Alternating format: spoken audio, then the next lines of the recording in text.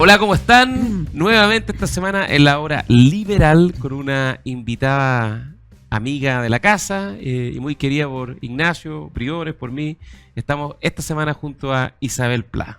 Hola Gonzalo, ¿cómo estás? Hola Ignacio, Hola, muchas Isa. gracias. Yo quiero refrendarlo de amiga, porque yo en realidad le tengo mucho cariño a la Isa. Fuimos colegas, además, los tres en La algún encuentro momento. súper chora, la encuentro atinada, la encuentro valiente, inteligente. Así que súper gusto grande tenerte acá. No. De la UDI, además, importante militante de la UDI ella. Y para conversar de varias cosas. Tira tú los fuegos. Oye, lo primero, bueno, la gente, yo conozco a Isabel hace mucho tiempo. Es una militante de una larga trayectoria. ¿Cuándo empezaste a militar? ¿Cuándo se remonta tu origen en la política? A ver, yo siempre tuve interés en lo público, aunque me tocó vivir una infancia, una adolescencia en donde la política estaba, digamos, muy revuelta, y después mi adolescencia en gobierno ¿Pero militar, donde tu no casa había... era política? Mi ¿De las casa se conversaciones, hablaba de... almuerzo, fin de semana? Sí, se hablaba mucho de política por cuanto la política afectaba a una familia comerciante. O sea, yo vengo de un mundo del comercio, entonces todo lo que pasaba en la política afectaba mucho a mis abuelos, a mis papás. ¿Tu familia de dónde es su origen? Mi papá es español, es catalán, llegó con su papá, su mamá y su hermana el año 51 a Chile y tenía una panadería en Concepción, yo crecí ahí, y mi mamá es hija de mamá y de papá palestinos que llegaron antes de la NAPCA, que llamamos nosotros, antes de la ocupación del Estado de Israel, llegaron a mediados de la década del 20 a Chile. Entonces, yo vengo de mundos de trabajo, de comercio, de mucho emprendimiento, que necesitan sociedades tranquilas, seguras, en paz. Entonces la UP le pegó muy fuerte. Además, sí, mi familia son bien de derecha. Ya, pero ¿y el bichito de la política? El bichito de la política me empezó cuando yo tuve más o menos resuelta la vida de las cosas de todos los días, porque cuando uno tiene que parar, ayudar en la casa a parar una casa, ayudar a los hermanos y todo, uno está pensando en eso, ¿cierto? No está leyendo la editorial de los diarios. Me vino bien intensa, tipo 21, 22 años, y yo me hice militante de Renovación Nacional, ¿ya? Cuando Renovación era el único partido de derecha en Chile donde estábamos todos, pues esa RN, que era una vertiente de, claro, era Unión Nacional, liberales, UDI, conservadores, ¿y cómo se llamaba el agrario laborista? El movimiento de JARPA, Unión ¿Agrario por el Trabajo? laborista? Sí, por eso te iba a preguntar de JARPA. El centro Frente del Trabajo. Entonces, éramos militantes, yo me quedé militando en Renovación Nacional y me empecé a meter con más fuerza cuando conocí a la diputada María Angélica Cristi. Me preguntó si quería trabajar con ella. Yo trabajaba en otra cosa, nada que ver. Ella estaba en RN en ese momento. Trabajaba en el mundo de la arquitectura, claro. Trabajaba en la producción de eventos culturales asociados a la arquitectura. Yo fui una de las productoras de la octava Bienal de Arquitectura, y de ahí me pasó a trabajar en Peñalolén. Ahí empezó mi camino ya en la política 100% y más seria, de manera, digamos, no como un hobby, sino como una actividad, como un trabajo, y bueno, ahí empiezo. Oye, yo conocí a la Isa, yo 2008. diría que por ahí por el año 2008-2009, como una alta autoridad de la UDI, que era el partido lejos más grande de Chile en ese momento, como vicepresidenta de la UDI. ¿Cuándo pasas de RN a la UDI? Yo me desafilié de RN como el 99, el 2000. No tuve ningún problema, le tengo cariño y mucho respeto a Renovación Nacional, quiero decirlo. Pero me pasó que dije, yo no sé si quiero militar en este partido, no sé en qué partido quiero militar, no sé si quiero militar tampoco, y me quedé 4 años independiente, mirando, observando, y me hice militante de la UDI cuando me invitaron a ser candidata a concejal por Peñalolén. Yo trabajaba ahí con doña María Angélica, llevaba muchos años, conocía muy bien esa comuna y le tengo mucho cariño.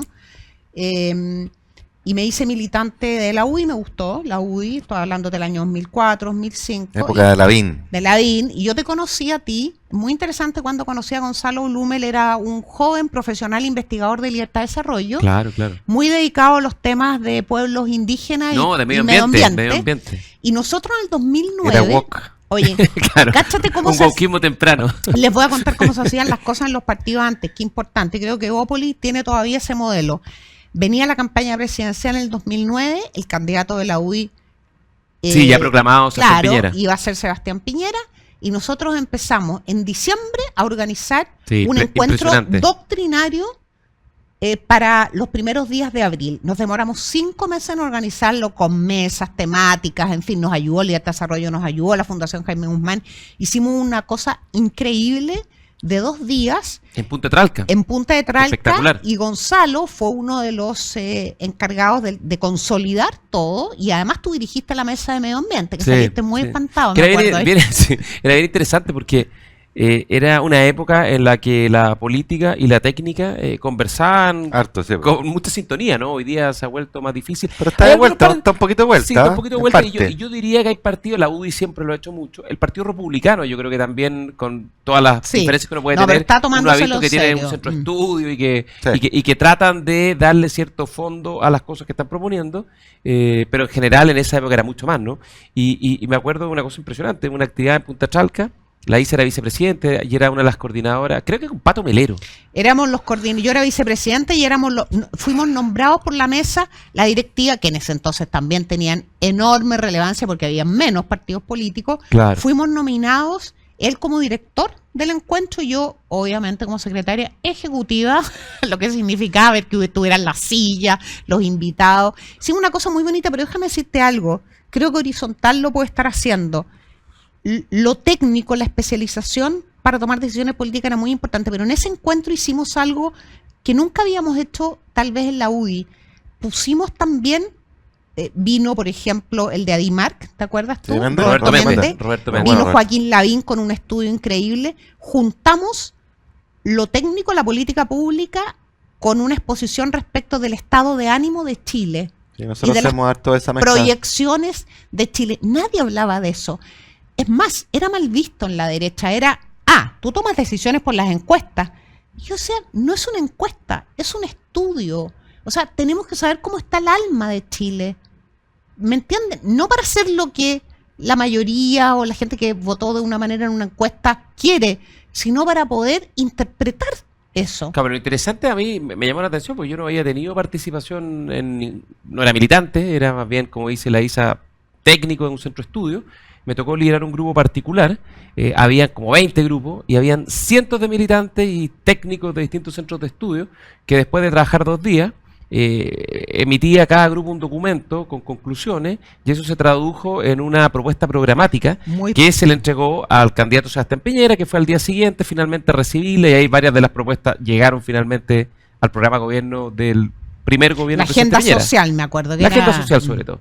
Sí, sí, y de hecho me acuerdo de Joaquín Lavín era el que insistía mucho en ese tema. Directo desde Punta de Talca, que es como el lugar de conclave.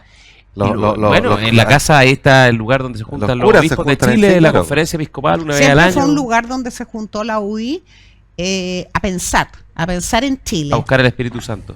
Bueno, algunos sí, probablemente algunos creerán que el Espíritu Santo es el que... Bueno, yo soy creyente y soy Sí, sí. observante y también a veces uno le tiene que pedir Hace bien a desde veces, su fe a hace Dios, bien. claro, un camino, pero más que nada lo que era primero porque representaba un lugar de mucha austeridad, de sencillez, y segundo estaba aislado del mundanal ruido.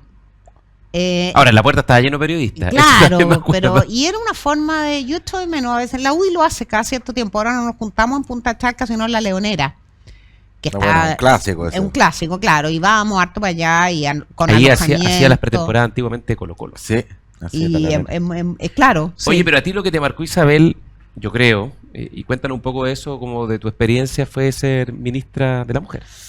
Sí, a ver, a mí me han marcado varias cosas en la política. En Ya, la pero vida. eso te Oye, encumbró. no. Algunos quieren hacer desaparecer el ministerio. Claro, no, para- ese es otro tema. Ya.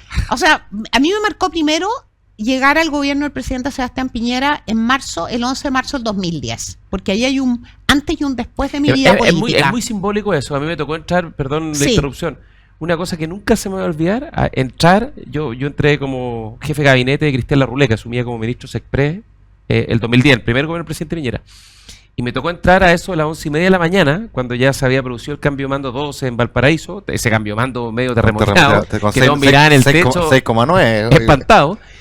Y entrar a La Moneda, éramos un grupo grande, profesionales, Nosotros jóvenes, una íbamos cosa ahí muy en ese simbólica. grupo. Para mí fue muy Para mí, impactante. estábamos en ese grupo, nosotros estábamos en el edificio en Moneda, un poquitito más hacia Bandera, en el edificio de la Sexpress, y Y yo me acuerdo que alguien dijo, vamos todos a la moneda, vamos a entrar, a hacer como una cosa simbólica. La primera vez fue- en 50 años, digamos, y que tengo que la decir- derecha llegaba Sí, pues, por el tenía- voto popular. Tenía su peso Y nosotros histórico. nos sentíamos, tengo que decir, extraños ahí, porque habíamos ido, yo había ido muchas veces a la moneda acompañando a la diputada Cristi y a otros personajes, audiencias con los ministros, a puntos de prensa, pero nunca había sido de alguna manera dueña de casa, o sea, nunca me había sentido que era parte. Entonces fue bonito, pero fue difícil también. A mí eso me marcó formar parte de un gobierno que es distinto a que te guste la política y trabajes en política, porque formar parte de un gobierno significa que tú formas parte de un equipo que está tomando decisiones Sí, que tiene que un le plan. cambian la vida a las Que tiene un personas, justamente, y le cambian la vida a Chile, cambian el rumbo de Chile. Ignacio eso me Briones, tú marcó. entraste también el 11 de marzo del dónde 2010. estabas? No sé Pero- si a la moneda, Hacienda. ¿Dónde Estaba en el estabas tú? Ministerio de Hacienda. Me fui a la moneda. Pero fuiste el 11 de marzo. Sí, pues estaba con Felipe Larraín.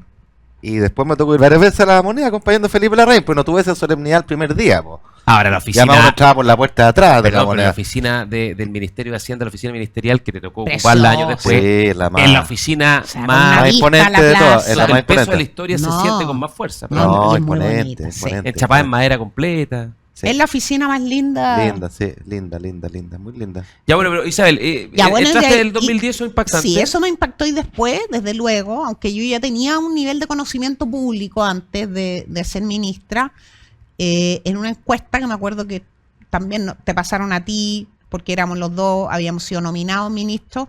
Antes de esa nominación yo tenía ya un 22, un 23% de conocimiento, porque la gente que le gustaba la política Te ubicaba. me ubicaba, me leía, y tú también probablemente. Bueno, eso me marca de manera muy importante, primero porque es un honor siempre, ¿cierto?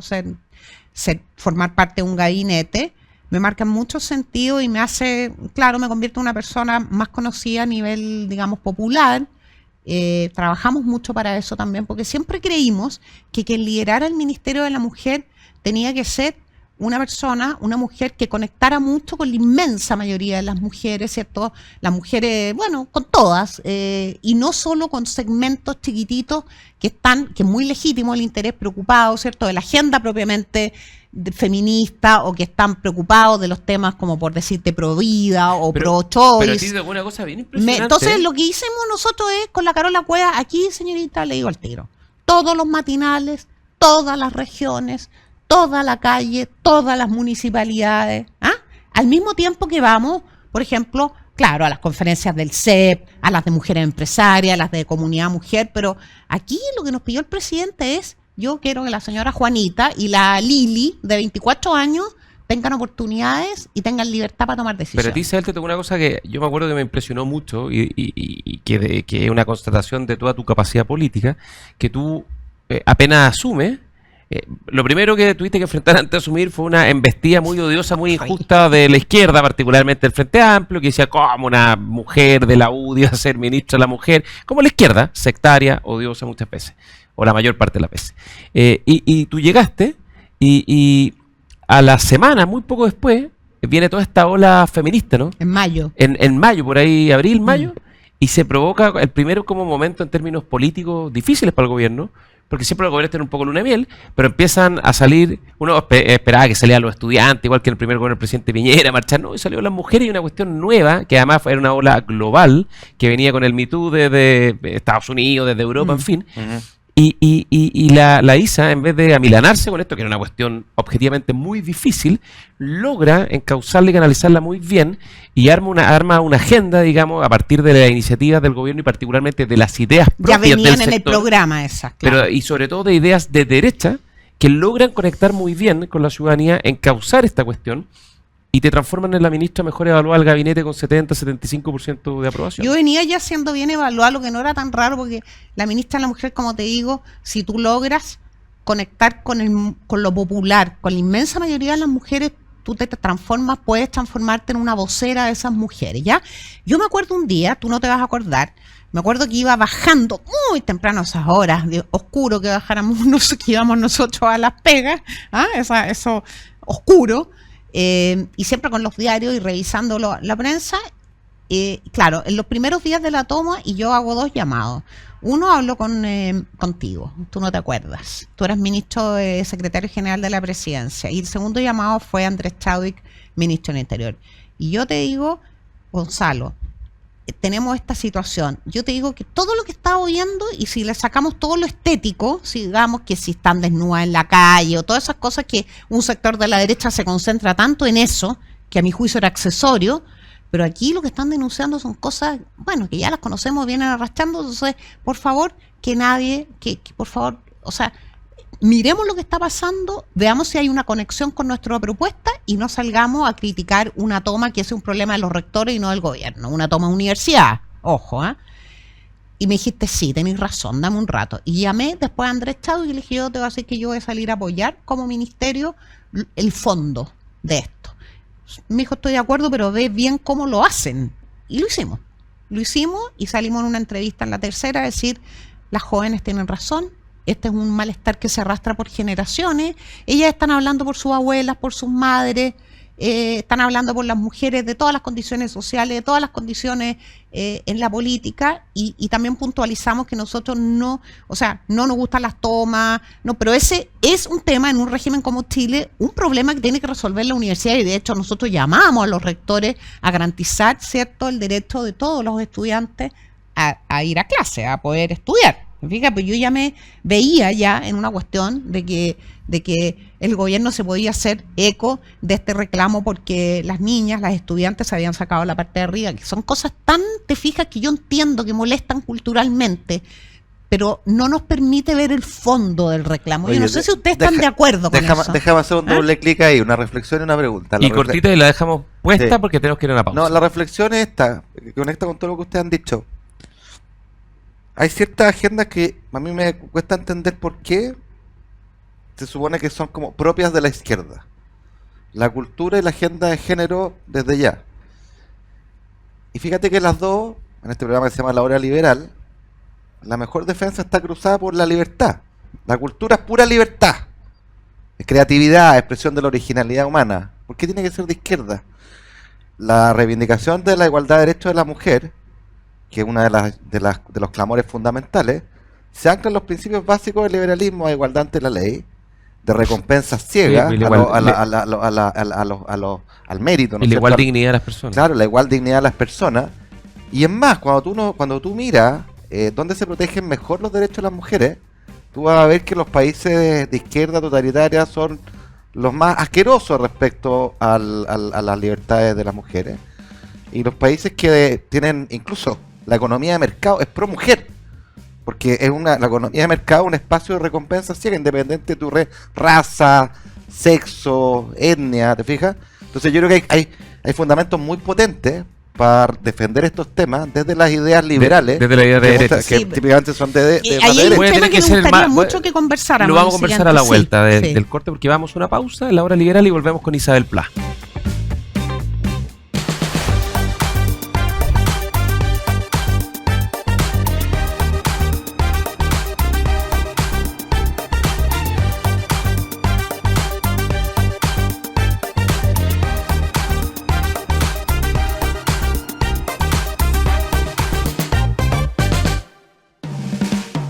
Estamos de regreso en La Hora Liberal, nos quedamos con el tema puesto sobre la mesa, ¿no?, que lo plantea Ignacio Briones y nuestra invitada esta semana, Isabel Pla, militante de la UDI, presidenta de la corporación Somos Mujeres, columnista de prensa escrita, también de radio. Una Del voz Mercurio, démosle el crédito mercurial a mi medio. y de una radio amiga. ¿Ah? De una radio amiga, Y de una sí, radio sí. amiga. Pero una voz muy autorizada y muy respetada para desde la derecha poder analizar lo que está pasando en la sociedad. Y estamos hablando precisamente de cómo algunas agendas, a veces pareciera que la derecha es algo renuente para poder tomarla, siendo que son plenamente compatibles con los principios de quienes profesamos o adquirimos la idea de derecha, ¿no? De la libertad, la igual dignidad de las personas, Mira. el respeto a la autonomía de cada uno de nosotros para poder tomar decisiones. Mira, dos cosas, si me permiten. Primero, tú me preguntaste lo que me había marcado, y tiene que ver con esto. Yo te dije que entrar al gobierno el 11 de marzo del 2010, y una de las razones por las cuales me marcó no solo fue ser parte del gobierno, sino relacionarme con mundos distintos de otras generaciones y con gente que venía de vertientes de RN, de la UDI, de lo que después se convirtió en Evópoli, con muchos independientes, porque todo lo que yo pensaba en la política hasta ese entonces, ¿cierto? No es que se haya diluido, pero se enriqueció. Y desde ese enriquecimiento vienen después las posiciones que nosotros pudimos tener. Como por ejemplo la capacidad de reflexionar que tuvimos desde el Ministerio de la Mujer en ese momento, de mirar lo que estaba pasando y conectarlo con aquello en lo que veníamos trabajando desde hacía un año, no tres pelagatas en una pieza, sino que habíamos trabajado con un equipo de más de 50 personas, hombres y mujeres, la mayoría mujeres que venían de la sociedad civil, de la academia, las parlamentarias, las alcaldesas, o sea, habíamos recorrido el país ya buscando eso. ¿Qué es lo que la democracia liberal, y en la democracia liberal, los sectores de derecha a los que nosotros pertenecemos, que son las derechas, voy a decir algo que a algunos no les va a gustar, auténticamente republicanas? Republicanas en cuanto al apego irrestricto al Estado de Derecho y a las instituciones, porque una ley puede que no te guste, pero mientras existe tú la cumples. Si quieres cambiarla, postula al Congreso, propone un cambio, juntáis los votos y la aprobáis. Pero mientras existe esa ley, se cumple. ¿Qué es lo que nosotros, cierto, tenemos que buscamos?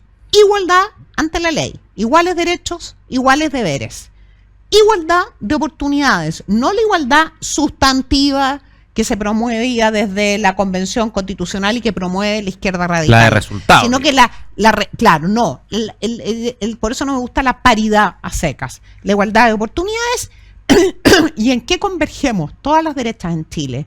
El reconocimiento a la dignidad de la persona humana. Y en mi caso yo soy una bajá.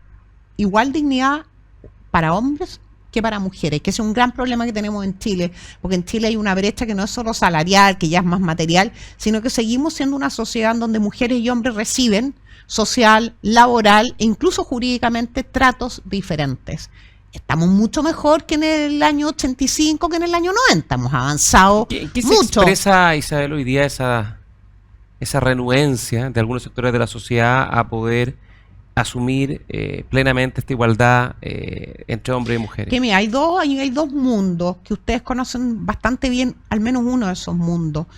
Hay un mundo de una derecha economicista que promueve principios a los que yo adhiero, que es la libertad, ¿cierto? El libre mercado, las reglas del mercado incluso para asignar oportunidades, bla, bla, bla, que tú decías, Ignacio. Y en ese mundo hay un sector un poco más conservador, lo valórico, más ortodoxo, no, pero que esa es la segunda dimensión. No. En el mundo de la derecha economicista es un mundo muy apegado a la ortodoxia económica, en el sentido que dice, a ver, si las mujeres van a llegar a tener la misma participación laboral, pero el país tiene que crecer, o sea, el chorreo, digamos, ¿ah? Y dice, claro, eso va a pasar, o sea, resistencia pero está calculado que va a pasar en 110, 120 años. O sea, resistencia a introducir A introducir correcciones a los mercados o cosas laborales. que se puedan mirar como regulaciones. Ya. ¿Te fijas? Ya.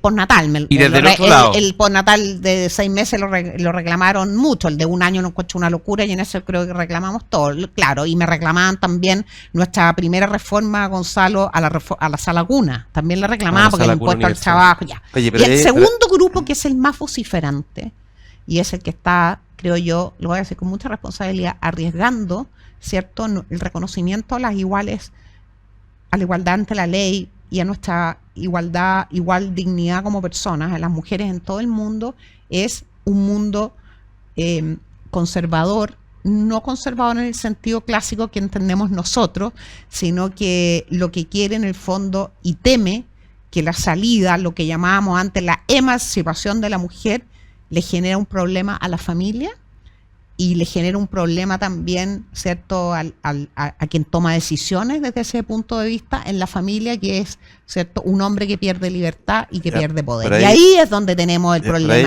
hay una cosa súper de fondo ahí, ya nos vamos yendo a la filosofía, pero creo que es importante porque uno de los, o sea, el ancla, creo, liberal es que las personas son adultas, son iguales en dignidad, en racionalidad y por lo tanto personas sujetas de construir su vida como quieran, sin que no vayan a terceros, ¿no es cierto?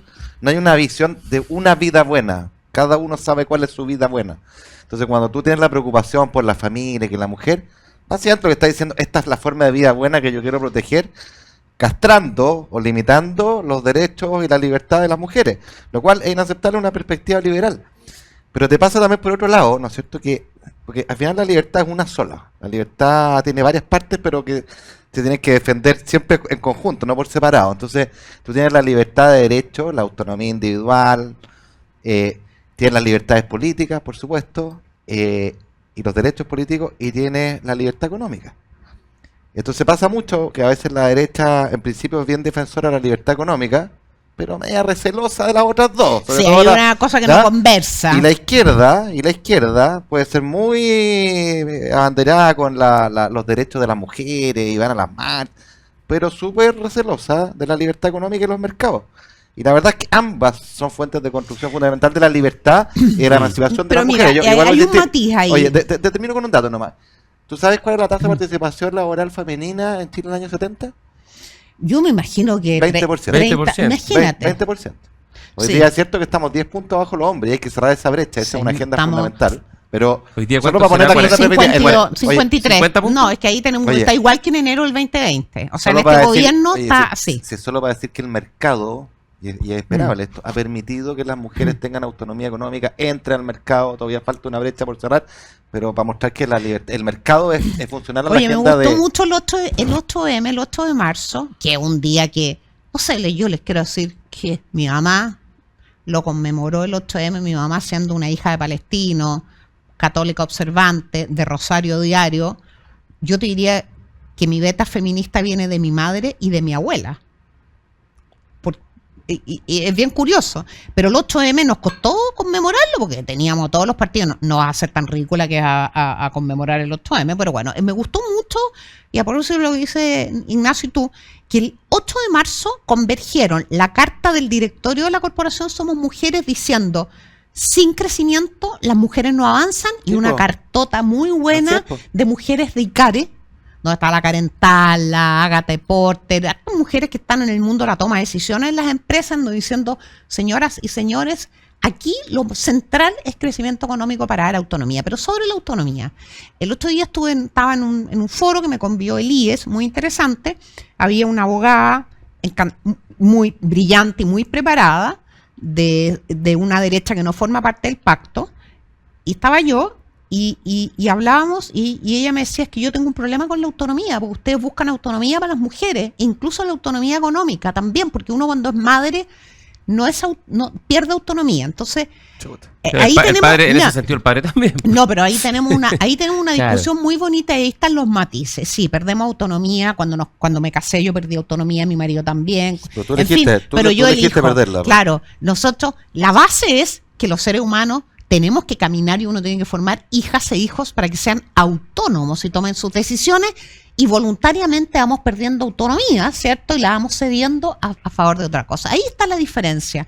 Claro, yo no quiero que me impongan una forma de vivir, y creo también que hay algunos rasgos de misoginia y hay que reconocerlo nomás. Bueno, ¿no? una O cosa sea, hay señores cultural, que tenemos, es una cosa tenemos un cultural candidato milenaria. presidencial que cuando se hizo conocido fue hace 4 años o 3 años, cuando fue electo diputado. Oye. Y dijo que en broma, según él era una broma, que habría que revisar el derecho a voto de las mujeres cuando las mujeres votan por candidatos que dejan entrar a migrantes que Oye, los violan. una- Esa fue la vuelta que se dio. Una ¿Ah? una anécdota.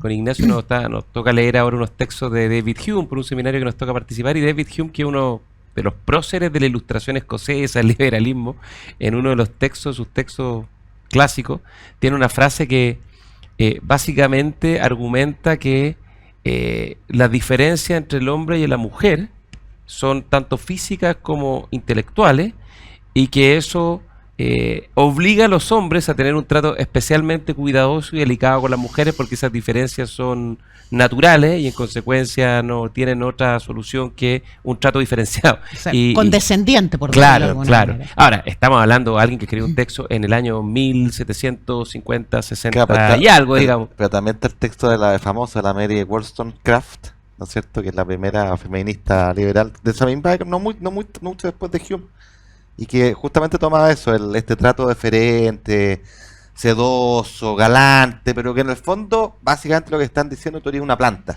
Sí, bueno, ¿Ya? cuando No empiezan... eres, no eres un igual a mí. Eres no inferior, Mira eres lo que inferior. es muy bonito eso, porque cuando empiezan los movimientos sufragistas, que es más o menos a mediados del siglo XIX, ¿cierto? Incipientemente, primero en universidad, en fin, empiezan muchos hombres apoyaron ese movimiento. Claro, como las sociedades en el fondo generan autodefensa. Se instaló mucho, ¿cierto? La figura, la moda, el estilo de la figura de la mujer muy frágil, muy monona, muy dedicada a lo intelectual, a la poesía. Es muy propio de la época del romanticismo, claro, segunda mitad del siglo XIX. Claro, les vamos a dar un espacio, pero atención, en los colegios, para que formen colegios de mujeres, en la poesía como grandes mecenas o líderes en ese mundo, pero no se metan para acá. Sí, eso ha pasado. Hay un debate muy bonito hoy día en Chile a propósito de una carta que mandó un abogado de apellido Marinovich. Sí. Y ese debate me gustó, o sea, que si las mujeres tienen están menos en las carreras STEM porque tienen cierta dificultad en síntesis para las matemáticas o por solo STEM, para que la gente sepa, Sí. son las carreras tecnológicas, científicas, ingeniería, ingenieriles, sí, exactamente. más duras. Sí, exactamente. Oye, pero inevitable, porque nos hemos ido por acá y nos toca tocar otro tema, pero inevitable también tu reflexión sobre, estando de acuerdo como buenos liberales en esta igualdad de oportunidades, de derechos, de autonomía, de construcción de proyectos vitales. Hay formas de reivindicar el feminismo y formas de reivindicar el feminismo. Y parece que se ha impuesto una que es muy violenta, que lo argumentativo se pasa de largo y por lo tanto simplifica lo fundamental. Entonces que todo es patriarcal, todo es condicionado, que es una forma de negar también la inteligencia y la autonomía de la mujer. A mí me resulta chocante. Hay otras personas que te dicen, a mí me lo han dicho, tú no puedes hablar de feminismo siendo hombre. Y yo, pero ¿por qué? O sea, tampoco puedo hablar de discriminación y de racismo siendo hombre. No tenemos razón, no tenemos facultades para pensar, racionalidad. Entonces, ese pasada de larga también tiene un efecto boomerang que lo estamos viendo. Y hay una contrarreacción a esa violencia, o a esa violencia intelectual, no digo física, o esa simplificación intelectual. Yo lo veo en las camadas jóvenes, hijos de amigos míos, que tanto en lo pasado largo que han sido sus compañeras, Que han empezado a rechazar. ha empezado a rechazar a sus compañeras y dicen, no, Claro. con estas gallas no. O sea, porque el flirteo puede ser visto como acoso y denuncia y pública por las redes. Entonces, ¿sabéis qué? Mira, Chao. vamos a sintetizar eso porque es bien importante y creo que la gente que nos está mirando conoce este tema porque lo conversa en su casa, puesto que el mundo liberal, todas las derechas incluidas, se restaron del debate. Hoy día feminismo está asimilado a feminismo radical. Cuando tú hablas de feminismo, en el inconsciente colectivo es la muchacha Combativa. gritando, combativa, y el cartel, que es uno que uso yo en mis charlas, que dice odio a los hombres, matémoslos a todos, ¿ya? Y bueno, ¿Es un cartel real? sí, un cartel real en una lo tengo, me gusta mucho esa imagen porque es muy Fuerte. visual, Sí. de una protesta muy grande en Bogotá en el año 2020 o 2021. Matémoslo a todos y Sí, desaparezcamos. una cosa así, una chica. Bueno, Y pero eliminemos la manía. te fijas, nos restamos de eso, entonces por tanto el debate lo ocupó completo el feminismo. Y ese feminismo radical, Sí, bien ¿cierto? de Que es un izquierda. feminismo marxista, Es de izquierda, Es estoy un diciendo feminismo yo. marxista. profundamente Sí, marxista. porque y- la y lucha que- de clase es la lucha de género. y que eso. entiende el feminismo como una rama Del marxismo. De la del lucha de clase, marxismo, sí. claro, contra la explotación, y por eso esto de la superestructura, la interseccionalidad. superestructura. Es final, tú no puedes ser feminista porque eres capitalista. Tú no puedes ser feminista porque eres hombre. Tú no puedes ser feminista porque yo me opongo al aborto. Entonces yo no tengo derecho a pensar en los derechos de las mujeres porque, o sea, bueno, eso lo que ha ocasionado es un daño muy grande a la causa de la igualdad de derechos de hombres y mujeres, pero también a las sociedades. Han puesto en duda y han quebrado el Estado de Derecho. Eso lo vimos en Chile. La izquierda se acordó del Estado de Derecho cuando el señor Monsalve fue acusado de violación. Sí, po.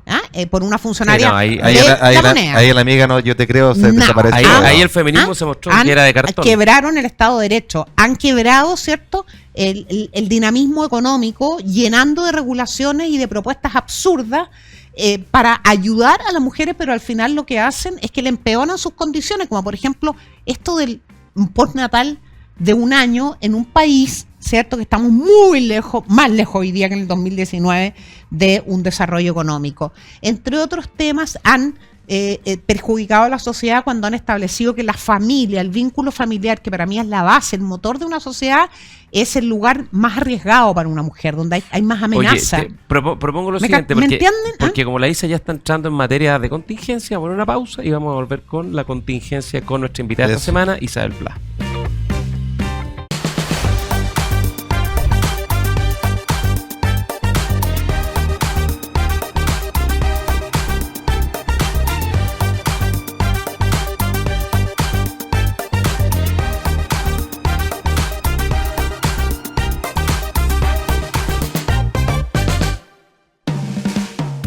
Estamos de regreso en la hora liberal junto a Ignacio Briones. Nuestra invitada esta semana es Isabel Pla, ex ministra de la Mujer, militante de la UDI, presidenta de la corporación Somos Mujeres. E Ignacio Briones se quedó con la ganas de hacer una breve reflexión. Pero yo creo que una conclusión importante que surge de lo que dijo Isabel. Muchas veces la derecha nos restamos de áreas y dejamos ese espacio para que lo tomen otros.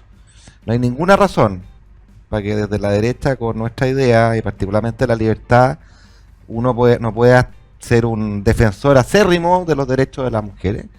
Lo mismo te pasa con el medio ambiente, porque eso es algo que tiene que quedarse para que la izquierda lo tome y es una sola visión. Lo mismo te pasa con la cultura, como dije antes. Sí, claro. Entonces, los derechos humanos, otra área, se la regalamos a la izquierda. Cuando el credo liberal, como el que más, la democracia liberal es la protección de la propiedad la propiedad primera del individuo, del abuso del Estado. Esa es la protección de los derechos humanos. Entonces yo invito a la reflexión de no quedarse con lo típico, porque cuando uno deja cancha, los otros la toman e instalan una sola visión, y acá, cuando eso pasa, se pierde el debate, se pierde la racionalidad, y llega uno a cuestiones absurdas como las que estamos Oye, discutiendo. Ignacio ahora me da un pase gol para el tema que yo quería introducir, que es una entrevista que dio Isabel en La Tercera. Muy buena. Un par de días atrás, semana atrás, que generó mucha conversación, ¿no? En general las entrevistas uno las mira y ya a mediodía están usándose para prender los asados en la casa, pero en el caso de la Isabel fue una entrevista que se guardó y se comentó mucho, porque era una entrevista que abordaba la contingencia de las derechas, de los sectores de derecha hoy día, que hay hartas diferencias, ¿no? Y harto debate, con mucha profundidad. Y de hecho quiero citar una frase tuya, Isabel. Desde las influencias mundiales, de los referentes claro, que han ¿no? emergido. Esto está pasando en Chile y en todo el mundo, ¿no? Y abro comillas, era el titular que tenía la entrevista, que decía algo así como: hay una diferencia sustancial entre reconocer los éxitos de Trump, Milei y Bukele, a adherir a ellos cuando pisotean valores que sostienen la derecha. Yo tenía una incomodidad, creo que lo conversé con ustedes en distintos momentos, tenía una incomodidad hace rato con esos personajes, porque yo les reconozco esos éxitos en temas que son en sociedades muy agobiadas, la de Bukele agobiada por la inseguridad, la de Milei agobiada por la inflación y la pobreza, y la de Trump agobiada por la migración ilegal, por la pérdida de los valores tradicionales, todo lo que ustedes quieran. Yo le reconocía éxito en eso, pero no me gustaban sus improntas y yo sentía ahí que hay un ruido muy grande con nosotros, y como en nuestro sector político en Chile hay poca reflexión, y por eso valoro este programa, hay poca reflexión. E históricamente la derecha chilena, solo decía Gonzalo Arenas, ¿te acuerdas? En un libro, ha despreciado la conversación desde referentes intelectuales y la considera rollos inútiles. Ahora creo que ha cambiado un poco eso. Como que no había un pase para mirar, oye, ¿es Trump un referente para nosotros? ¿Es Milei?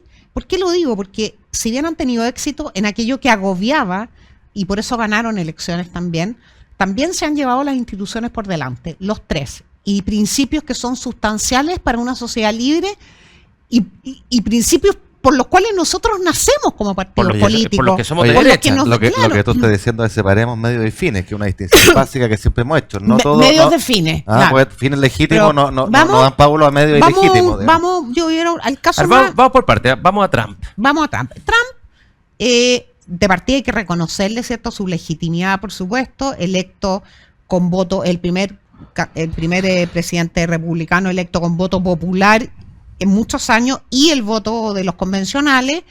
¿Cuál es el primer ruido que me pasa con Trump? Es una persona que está poniendo aranceles, ¿cierto?, a las relaciones comerciales, primero con sus vecinos, México, Canadá, luego, y poner aranceles es exactamente lo contrario de lo que nosotros creemos que es en el libre mercado, como fuente de realización y de eficiencia Así también, es. ¿cierto? Porque es mucho más barato para un productor de cualquier cosa en Estados Unidos comprar esas piezas, esos componentes, a lo mejor en Taiwán, a lo mejor en Corea, a lo mejor en la India, que tener que, ¿qué es lo que le pasa a Argentina? Argentina, la industria se paralizó porque los aranceles eran tan altos que las panaderías, por ejemplo, se querían cambiar la tuerca de una amasadora, tenía que ir una persona, viajar a Alemania a comprar la tuerca. Imposible, ¿cierto? Y cuando entraba, entonces la aduana le decían, señor, tenía que pagar $850 por esto. Entonces, libre comercio como fuente de prosperidad y de riqueza. Y este señor se los pasa por arriba. No voy a hablar del tema de migración ilegal y de todos los principios, probablemente de los derechos esenciales, porque yo sé lo que es una sociedad agobiada por la migración ilegal y bueno, y eso está bien. Si los países de origen de esa migración ilegal no quieren cumplir con su obligación, ¿cierto?, de frenarla, ya ese es otro tema. Pero en el tema libertad económica, problema. Milei. Se te agrego nombramiento de jueces, amenaza, nombramiento de 3 jueces. jueces acaba de nombrar por decreto usando un resquicio constitucional. Sí, un resquicio constitucional que permite nombrar un juez por decreto por un año y un año después te lo ratifica o te lo niega el Senado. Pero los gallos van a participar en no sé cuántas causas en un año. Pero además Milei y Trump y Bukele también tienen algo que no nada tiene que ver, que atropella una esencia de la centro derecha y de la democracia liberal en el mundo, que es el reconocimiento de la dignidad de la persona humana. Cuando tú te ríes de los más débiles, cuando tú te ríes, ¿cierto?, de los niños con síndrome de Down, cuando te ríes de un hombre que tiene una discapacidad física. Si tú hablaste en la entrevista de una retórica que humilla. Humilla. Cuando tú le dices a las mujeres, las calificas de zorras.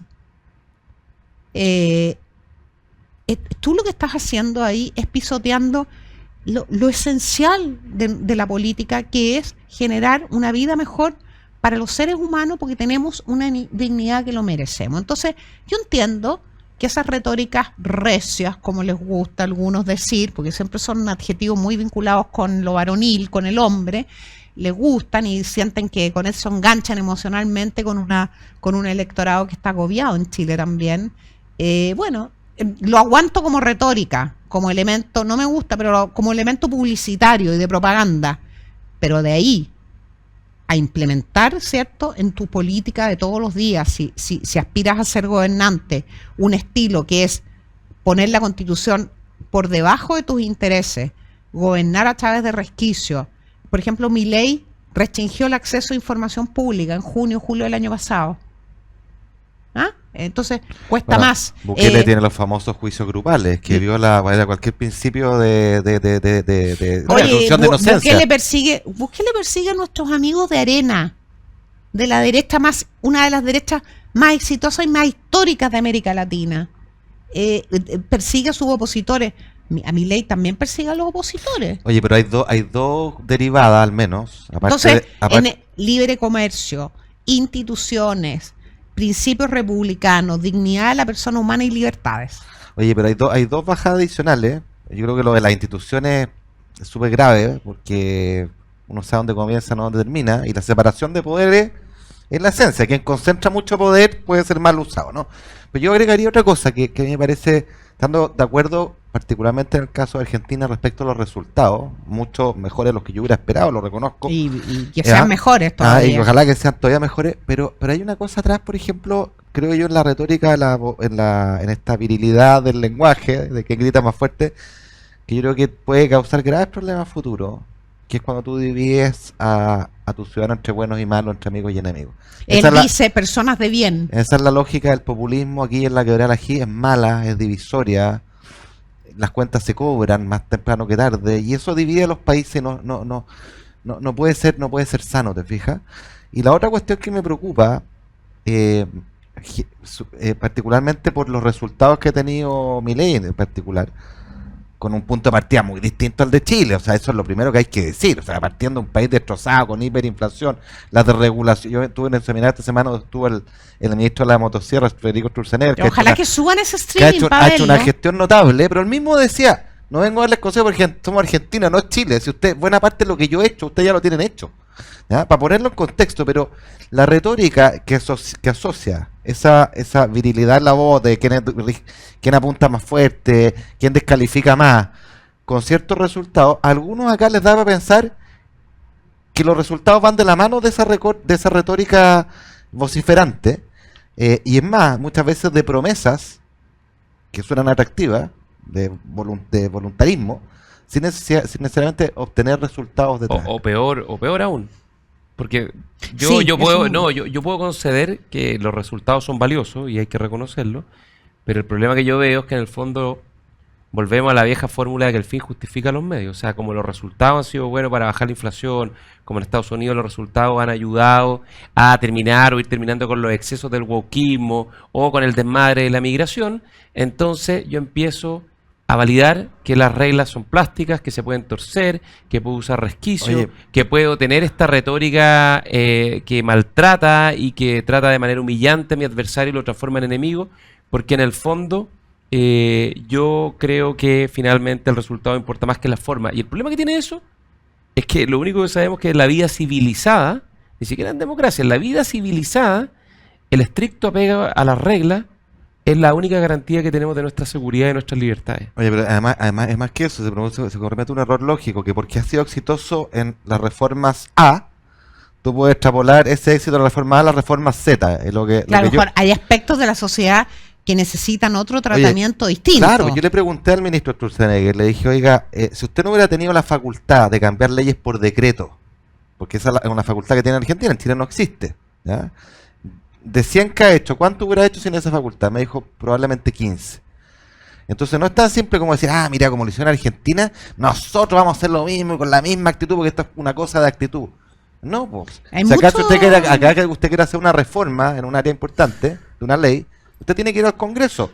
Mira, No queda otra. ¿Ah? ese es un mundo, ya que estamos hablando de Bukele, de Trump y de Milei, y Orbán también en Hungría, pero no nos vayamos tan lejos, es un mundo que divide a la sociedad entre personas de bien y ratas asquerosas, como diría Milei, y divide a las derechas entre las derechas Valiente y cobarde. valientes, estoicas, y nosotros que seríamos la derechita cobarde. Entonces,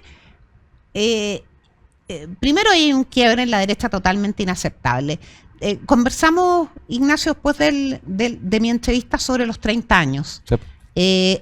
Nosotros hemos sido defensores de los 30 años, porque son los 30 mejores años de la historia de Chile, por lo menos desde el siglo XX hasta ahora. Y Hay porque que la decirlo. derechita cobarde fue constructora de esos 30 años. Prosperidad en todo sentido, consolidación de la clase media, acceso a la educación, jornada escolar completa obligatoria, acceso a la universidad, bla, bla, bla, bla, ya.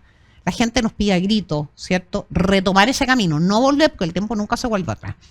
Esos 30 años fueron posibles porque hubo primero una concertación muy inteligente, muy visionaria, muy de entender lo que significaba la sociedad después de la caída del muro. Este partido del orden que cruzó desde Patricio Elwin, Frei, Lago e incluso Bachelet I, que logró, ¿cierto?, insertar a Chile en el mundo y adoptar las instituciones democráticas y consolidarlas, porque ya estaban en la Constitución, pero las consolidan. Y también porque existía una derecha, integrada en ese entonces por la UDI y por Renovación Nacional, que supo también valorar su papel en la historia y poner los votitos, primero las ideas para mejorar los proyectos y después sus votitos para que una inmensa cantidad de reformas fundamentales pudieran respaldarse. Oye, fue la desde las que necesitaron, las leyes que se necesitaron para las concesiones, Oye, pero La denostada democracia la de los denostada acuerdos. democracia de los el acuerdos. tiempo no vuelve atrás y tampoco perdona porque se nos está acabando el Ya. tiempo. Chuta, no. Y antes de que nos tengamos que ir, está muy buena la conversación, Isabel, siempre a nuestros Yo los invitados quiero felicitar por les este pedimos programa. que nos recomienden o nos digan qué están leyendo, qué series están viendo. Yo estoy leyendo, a ver, he leído bastante. Acabo de terminar una novela de Almudena Grandes, la última novela que alcanzó a ser en vida, pero incluso los últimos capítulos los termina el marido, que se llama Todo va a mejorar. Una Almudena Grande. Almudena Grande, una española. Ya, y una segunda recomendación antes que nos pille el y tiempo. estaba comentándote que me llevé para el verano un libro que me encantó, me gustó mucho, que es una síntesis del pensamiento de Tocqueville y es una edición del IES. Del IES. Ah, sí, Del Y eso IES. se puede encontrar Sí. en la página web En la del página web, Instituto de oye, Estudios de la Sociedad. de este porte, ya que valoro este programa, que interesante que la gente que no se dedica a la academia ni a la política. La democracia en América, sí, se llama Claro, la gran empecemos obra a de conversar, Tocqueville. la democracia en América, empecemos a conversar también sobre nuestras ideas y no perdamos lo más importante de la política, que es pensar de la mejor manera posible para que la Eso es, sociedad viva eso bien. es. Isabel Pla, muchas gracias, Ignacio Me Briones. quedé sin Nos vemos la recomendación próxima yo. semana. Chao, ya. Nos vemos la próxima semana en la hora liberal. Chao, chao.